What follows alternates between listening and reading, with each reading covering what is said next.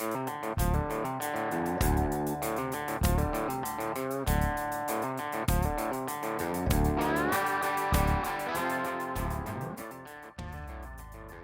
to episode number 82 of the National Land Realty podcast, where we discuss all things land. Our goal here is to inform, educate, and entertain those of you who own land or are interested in the buying and selling of land throughout the United States. My name is Mac Christian, and I'm the Chief Marketing Officer here at National Land Realty. I'll be your host for this episode. Now, today, we're talking with Christian Hayes. He's a land real estate agent out of Oklahoma City, Oklahoma. This is part of a series of podcasts that we do to highlight the agents, their lives, and their backgrounds throughout the United States, so that, one, the people can understand the types of people that they would be working with when they work with a land sale. It's good to know that kind of thing. And it also provides good information because each land agent provides unique experience, unique backgrounds, and unique perspective on land itself. So we try to get those insights for you listeners out there. So Christian has had a unique background. He started out ranching, has worked in forestry, and is now the owner of Hayes Land Services out of Oklahoma. He did not ask me to plug his company there. I wanted to do that by choice because Christian is an excellent person, and I think that that's cool. Check out Hayes Land Services there in Oklahoma City, Oklahoma, or the surrounding regions. He does a great job. So he has a unique background, a unique perspective. The one thing that unifies as you talk to land agents from around the country is they all have a love for land. Their backgrounds might be in forestry, they might be farming, it might just be going outdoors with their parents when they were young. No matter what, it is a love for the land, and Christian is no exception there. Is where he fell in love with the land early and has carried that on. Now, I do have to throw a disclaimer on this episode. I was right in the middle of the fun and games of COVID, so my voice is not all that hot. That's where it's good though, because the guests are much better to listen to than I am. This one, just ignore the voice and let's get on with this. Now, please sit back and enjoy. I'm gonna throw the recording on and go from there. Alrighty. So I am sitting here today with Christian Hayes out of Oklahoma City. And Christian, just tell us a little bit of background. You're an agent with National Land Realty, and we're just here to talk a little bit about some off-season prep. And but tell me a little bit how you got here. How'd you start out as a land agent? Yeah, so it's really similar to a lot of I guess guys definitely within our company, but also just, people that get into land sales in general, have a background in, hunting. And then my family were ranchers on my dad's side, were ranchers in New Mexico and West Texas. And then just kind of growing up in middle school and high school, worked on farms and ranches here in central and northern Oklahoma mainly. Worked in New Mexico for a little bit, which was a really good experience out there. And then going into college, I started as ag business. I knew I wanted to do something kind of agriculturally related. Figured out a lot of that was sitting in an office doing Excel sheets, and thought, no, I need to be outside more. So long story short, ended up studying natural resource and ecology management with kind of a focus in forestry at Oklahoma State. And so graduated with that. And while I was in school, I worked at a ranch north of Stillwater in northern Oklahoma, and just kind of got a lot of really good hands-on experience, managing land, and then also got involved with what's called a prescribed burn association up in the northern part of the state. And then after college, graduated and got into the timber industry. We do have timber in Oklahoma, especially in the southeast side. Everyone thinks of us as the plains, which that covers a lot of the state, but the eastern side is actually very timber industry heavy. So I was kind of managing logging crews and buying timber down there for a little bit, moved back, and knew I wanted to obviously stick with working with land, working with landowners. So contacted a few different brokerages, and then ended up getting in contact with Logan Eaton and Mark, and got on board. I know a lot of people mention Mark with getting on board, but he's good at the recruiting side. So they kind of brought me on, and I've been on with National Land now for just a little bit over a year. So starting to get some good experience. All right. So Ranching, I'm just curious on as a side note, ranching in Oklahoma versus ranching in New Mexico. What are the differences? Yeah, what is it like going from Oklahoma to riding around in New Mexico? So, obviously every outfit is a little bit different. The biggest thing that I noticed was stocking rates. I was in central New Mexico, and out there you're looking at, probably at least 50 acres ahead, or at least an animal unit, that kind of thing.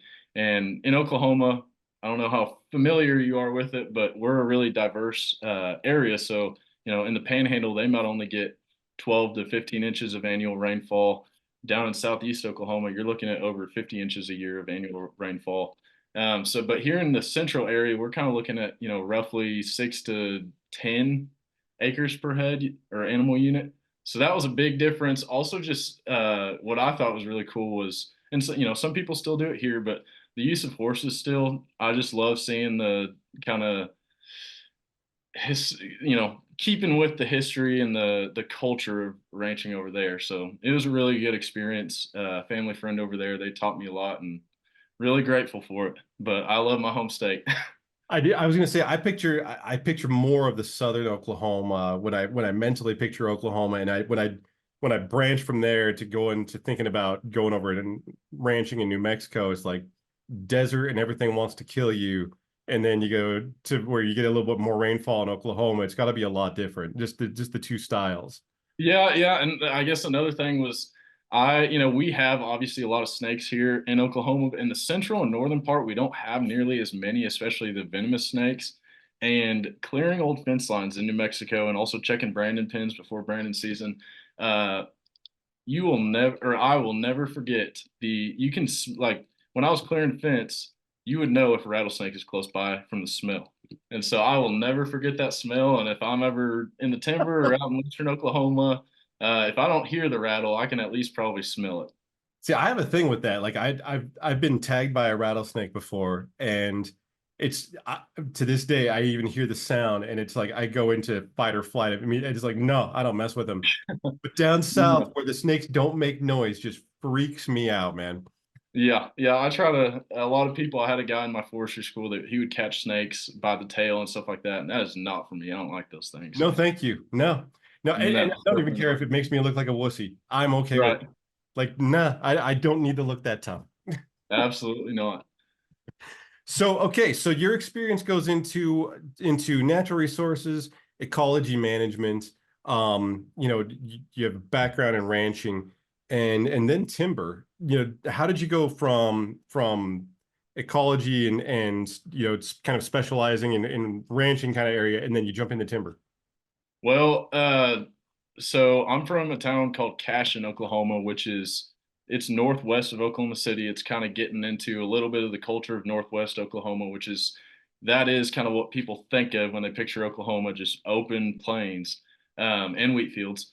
But so when I knew that I wanted to do something outside, in our College of Ecology, which is within the ag school, I was thinking about either range, wildlife, or forestry, and so I just went ahead and talked to uh, I guess the head of our department, and he said, "Well, wildlife, you pretty much have to get a master's degree and maybe PhD. There's a job placement rate of maybe 35%." So I'm like, "Nope, that's not why I went to school. I went to school to get a job." So range is like 87% job placement rate, and I was like, "That's not bad." He said, "Forestry, 100% job placement rate, jobs you know, out out the buku." So I just went ahead. I said, okay, well that sounds good. I went to school to get a job, so I'll do that. But I am really glad that I picked it because I was still able to take range classes and wildlife classes and that kind of stuff. So just kind of gives me a good, I guess, well-rounded understanding of it. I was gonna say, like, because I mean, that's why I was asking the question. Is you came from field in an area that not a lot of trees, and then you went into a profession and revolving around trees. It's like, Yeah, so when I first met, when I was meeting some of our logging crews that we had on contract when I was in procurement, one of them asked where I was from, just kind of getting to know me, and I told him Cashin. He said, "Cashin? There's not a damn tree up there. How'd you get into forestry?" I said, "Yeah, man." It worked out though. It worked out. It worked out. So, all right. So getting kind of into topic because this involves forestry. Um, you know, let's talk specifically about hunting properties. And we are in, I'm going to say end of January, moving into February. We can almost smell spring on the way in some areas. Not in my area, winter's just starting, but like you can, spring is on the horizon. So we're talking off season, hunting season's ending in a lot of areas. The hunting season has been over for a while in a lot of areas, but still have some late seasons here and there. We're going into off season, and it's the spring. We like to call it mud season in the Northwest. Uh, Tell me about some of the prepping that you want to do in this downtime when you're heading to this time period. Yeah. So a lot of people, the colder weather, season's over. I know here in Oklahoma, archery season always ends January 15th. So it ended 10 days ago. And a lot of people are going to get stir crazy. So there's a lot of things you can do. And I guess for a little bit of background on my philosophy of land management, um, I am very, I guess, focused and interested in what kind of the historical ecology of that area and also just the native plants in that area. And that's just because, a lot of people, when they talk about the history of wildlife in America, they kind of use the quote unquote time of European contact as like the, I guess, measuring rod for wildlife numbers and diversity and stuff like that. So here in Oklahoma, kind of north central and central Oklahoma, there's a book called A Tour on the Prairies by Washington Irving, and they came through this area in the 1830s, and they talk about elk being here. We had pronghorn mule deer, prairie chickens, all this kind of stuff that was here. Obviously, black bears, wolves, and quail too, and bison. And we still have a lot of that stuff, but it kind of got pushed out because of different land management, changes. And there was frequent fire across the landscape. A lot of the southern plains, including this area, burned roughly every 1 to 6 years, and that is a lot higher fire frequency than we're seeing right now on a lot of the properties. Um, so those native plants, they can provide a lot of food and cover throughout the year. That some things like, for example, a food plot might not give or help with, which I'm not against food plots. I'll actually get on that here in a little bit. But I guess for some a general idea to keep in mind when you're managing your property is you're trying to manage and control sunlight and then also plant diversity. And so the reason that you want the plant diversity, and that doesn't mean, crop field to wooded area to CRP ground, that also just means within the plant species, how much diversity you have in that, for example, CRP ground or timber stand, that kind of thing. Um, and the sunlight is a lot of times that limiting factor. I know most areas here in kind of the cross timbers ecoregion in the southern plains and then also the wooded areas of Oklahoma, they are very much overstocked with timber, whether that be hardwood or down here we have a lot of eastern red cedar, which are just overtaking grasslands, but also the wooded areas. And when wooded areas are just overstocked, it leads to a buildup of a duff layer, which is like the fallen leaves and down woody debris. And that's blocking that sunlight from hitting the soil. And that prevents a lot of the beneficial plants from growing at all. So you go into a lot of woods and you kind of kick up the leaves, and there will not be a single thing growing down there as far I was as. going to say that's what they call the dead zone, right? Yes. When your crown spacing is too close, the trees are too close, and the sunlight's not getting through, you end up with that dead zone in there, and there's nothing running around. Right. Yeah. And so a lot of times you just see here, like when I'm walking around, the main thing I'm seeing a lot is it's called buckbrush. And, uh, you know, it's a native plant. There are some good things that come from it, but not just a few stems here and there. Then that's the only thing. Um, and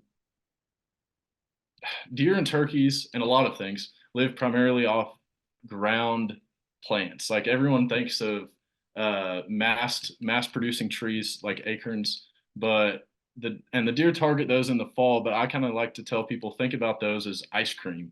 Like it's a really good treat for certain parts of the year, but they're not going to sustain their lives and their yearly, I guess, day to day living off of those things. Um, and there was a lot of people like to talk. There's a guy in Tennessee. His name's Dr. Craig Harper. He does a lot of really good research, but also videos and stuff like that that are really good to watch if you're thinking about managing your property. And one of them, he's talking about a crop tree release in a 100% canopy cover forest. And so that 100% canopy cover forest, just to kind of put numbers to it, a lot of times it can have roughly 50 to 100 pounds of per acre of things to eat, basically, in the simple terms. Um, but if you clear that, if you do what's called a crop tree release, and so you figure out which of your oak trees are producing the most acorns, and you kind of release or cut the trees around there, the acorn production, the mass production can actually go up by roughly 50%, but the forest floor production, the stuff on the forest floor, can increase by maybe 500 to 1,000%. And so there can be a lot of benefits from, just thinning out some trees and maybe following up by some prescribed burns. Yeah, well, and so prescribed burning does a few things, right? Like you're talking about, there's certain plants that a burn will make their seeds sprout, right? And there's certain plants that thrive in it that come up more after a burn. And you're also talking about eliminating some of that brush that inhibits motion of animals through areas, brings light to the forest floor, that kind of thing. But you were just talking to the history of everything, where in your area they have elk, they had black bear, they had mule deer and stuff, and those get attributed to being like, oh, those are in the Rocky Mountain kind of things. But I mean, elk and mule deer and those kind of animals were originally kind of plains centric animals, right? Yeah, yeah, a lot of uh, you know elk, and then also just even deer like that. I was talking about that ranch that I worked at north of Stillwater. Everyone always thinks about deer, hanging out in the forest, and they do, but that place, my boss, he burned a lot, roughly every 2 to 3, maybe 4 years, and he had some really good, native grasses, native forbs, tall blue stem, all this kind of stuff. That was, maybe chest high, and I could not. I'm gonna pause real quick, and my dog's out. Sorry. Ha.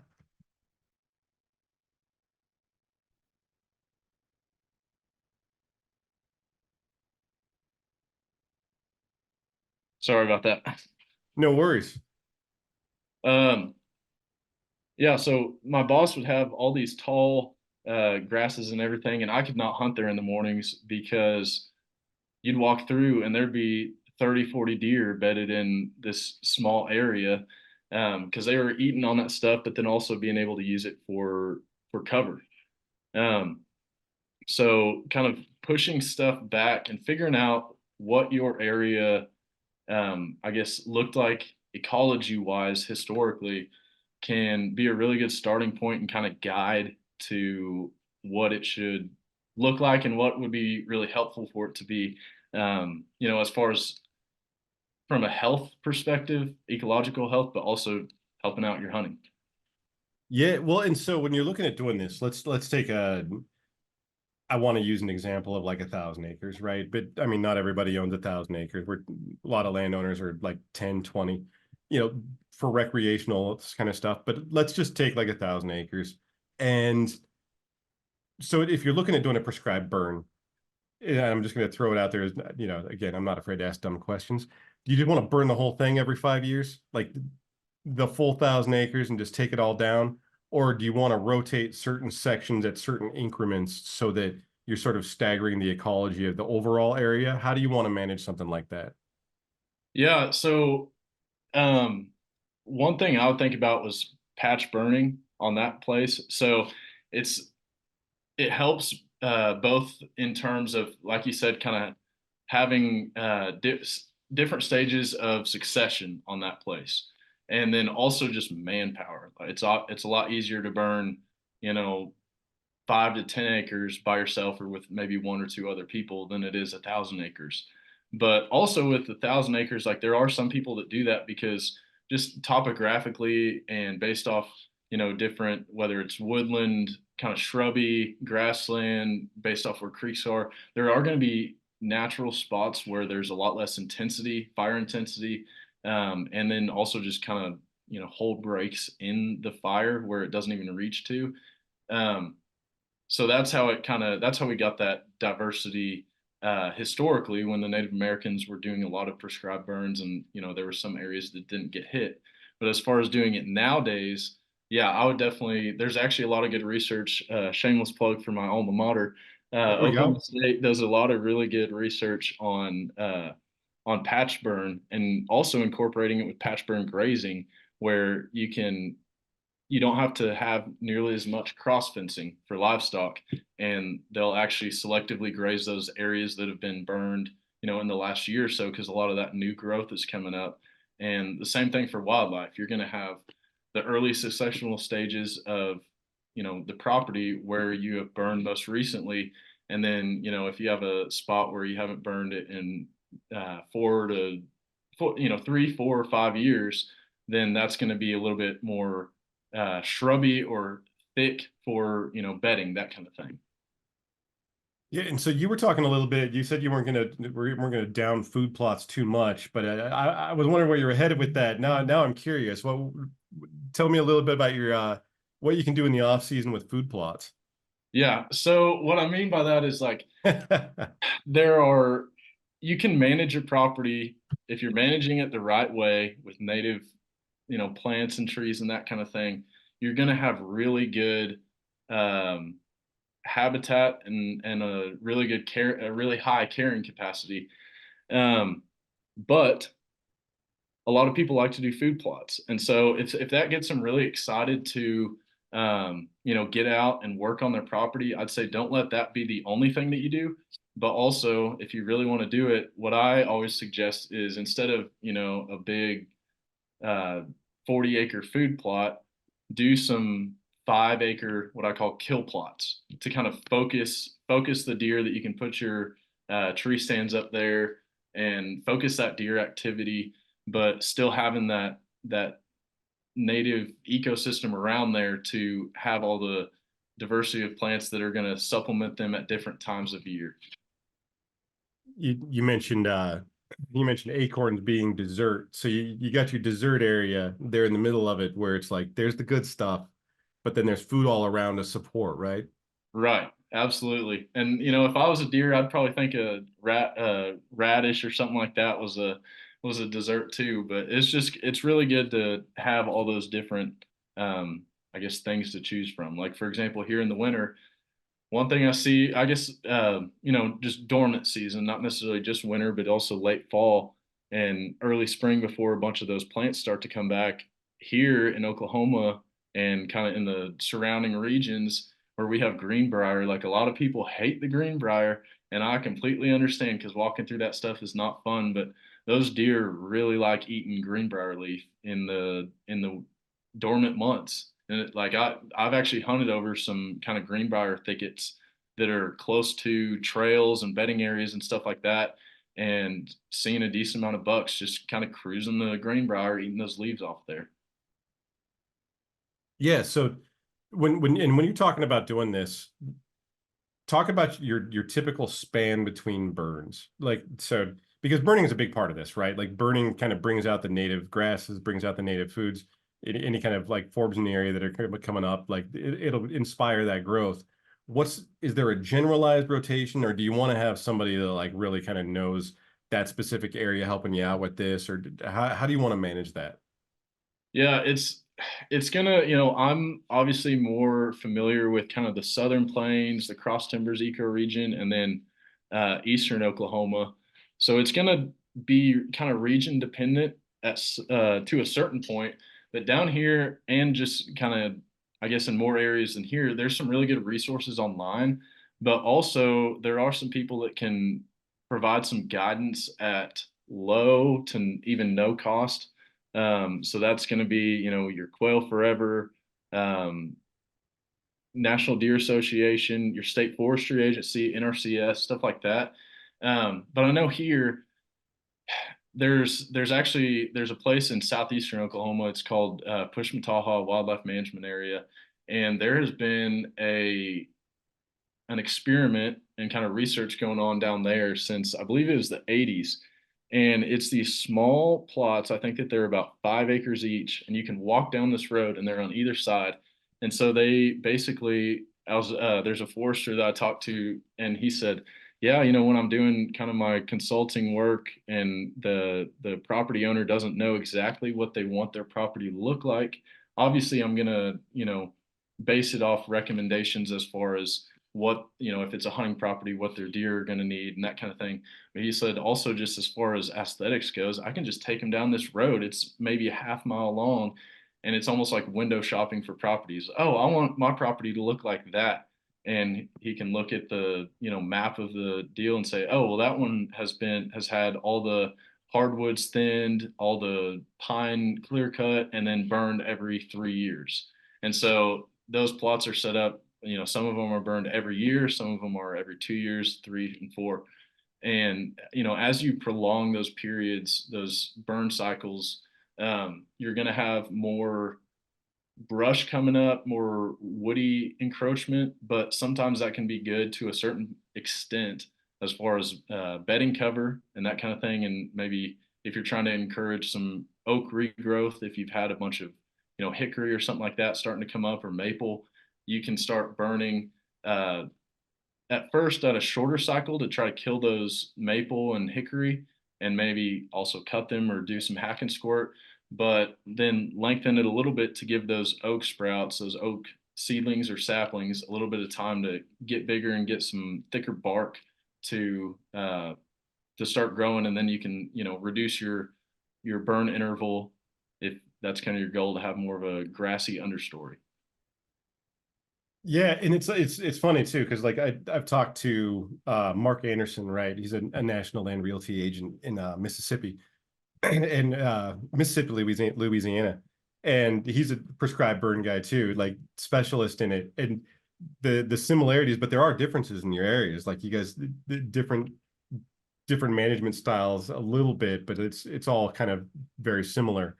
But you mentioned prescribed burn associations, and you mentioned it as like a neighbors helping neighbors kind of thing. And from an overall, if you're managing for wildlife, there is kind of the I'm not going to call it a philosophy. It's more of a law that like it doesn't matter what you do, it matters what your neighbors do too.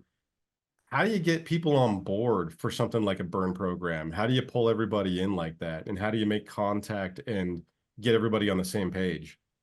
So I know that they have it in other states too, like Kansas and Nebraska, and some. I know Florida has a really good system, but obviously I'm more familiar with the Oklahoma system, and it's called OKPBA, which is Oklahoma Prescribed Burn Association.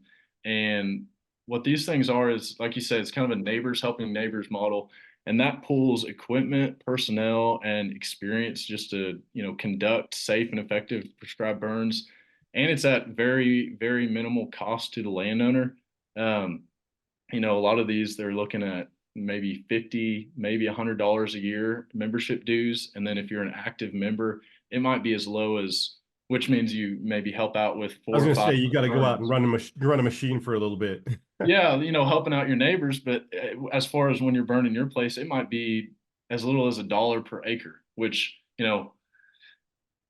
compare that to, for example, mechanical work. If someone's going to have someone come in with a skid steer and a mulcher head, you might look at 800 to $1,000 a day, and that might only get an acre done.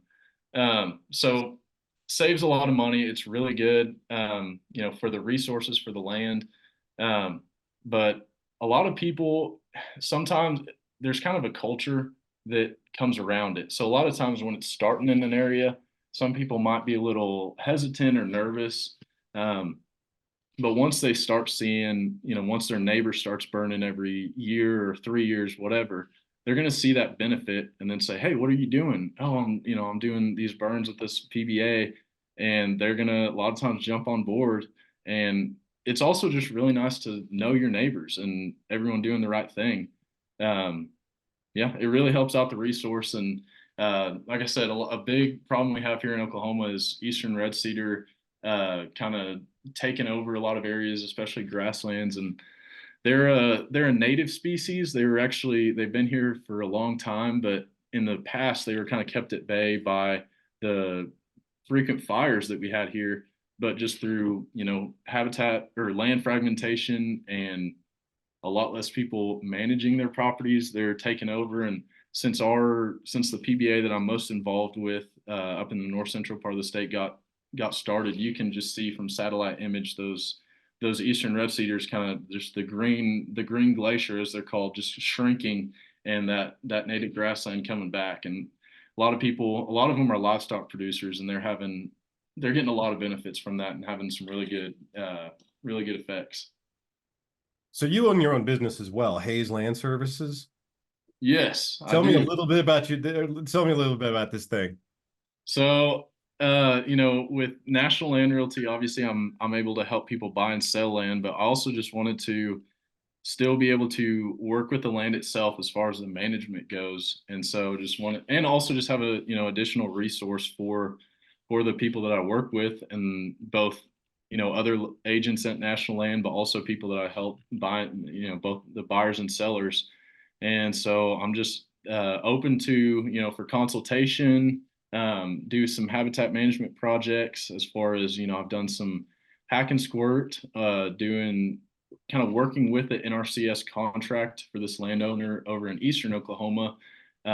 This specific one, he had 400 or 500 acres of a family ranch that has been in this family for generations, and he was wanting to keep his canopy just because he likes the trees. And eastern Oklahoma has a lot of trees, but he also has a lot of cattle, and was wanting to make sure that there was plenty for him to eat on the forest floor. And so I kind of went through with this prescription and was able to kill specific species and also size classes. Um, so he still has a woodland area, but he also has an understory component that those cattle can go in there and eat. So you're working with buying and selling land as well as land management, land cultivation, and prescribed burning all at the same time with anybody that is willing to work with you, right? Absolutely. Give me a call anytime. I Man, like it. I love it. I love being able to work with people and just, seeing the seeing the positive changes on properties, and also just the really good results. Like there's a place that me and Dylan Smith sold recently within the past probably 6 months. A guy bought it right. It was either right before or right when archery season started here in Oklahoma. And I got so happy because he sent me a text. It was only a few weeks into season, just probably within a month of purchasing the place. He hadn't even done any, habitat improvement projects yet, but he was able to get a big old buck out there. So it's awesome seeing just the results that people have, and helping people. They've been wanting land for forever. And so finally helping them kind of achieve that dream was great. Yes, that's gotta be like the crown on top. I gotta ask you, Dylan had a wild story about a landowner calling him wanting to sell within 24 hours. Were you involved in that thing at all? Yes, that's a little embarrassing. They actually contacted me first, and I called him. I was like, "Dude, this is a scam. This is not real." Um, and I was like, "Do you want to work this?" He said, I mean, I'll try. I kind of think it's a scam too, but might as well try." And it ended up Being being a real.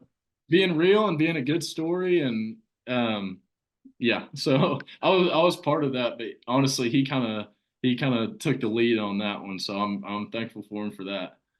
Yeah, so anybody listening, check out Dylan Smith's podcast that he did with us earlier. There's a landowner called him up and just said, "I want to sell my land in 24." It was 24 hours.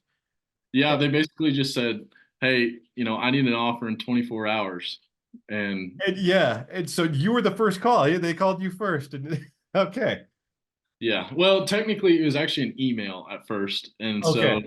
I So just it looks extra scammy at that point. yeah, and so being online with our emails and contact info, I do get a lot of spam and scam stuff, and Yep, this one was not one. that's that's fantastic. Well, hey, Christian, tell anybody listening the area where you work and what area you cover and who you work with.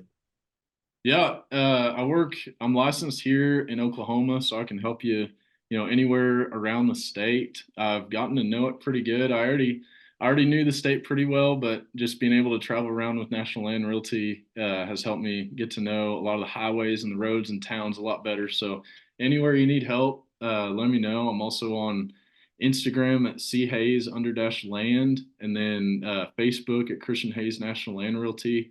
Got a TikTok too if you want to watch some really good land videos, whether that be There we fire go. or management, whatever. And you do an excellent job on those. Actually, I'm going to make sure. Can you send those to me, email those to me, and I'll post them in the show notes, the links to all the socials. Yeah, absolutely. And Perfect. then the phone number is 405-974-1754. And then the email's on the website, and anything you want to know, just let me know. I'm really glad to help you out. Excellent. Christian, thank you so much for your time. Very much appreciated. Yes, sir. Thanks, Mac. This concludes episode number 82 of the National Land Realty podcast, talking with Christian Hayes out of Oklahoma City, Oklahoma. You can learn more about the buying and selling of land at nationallands.com.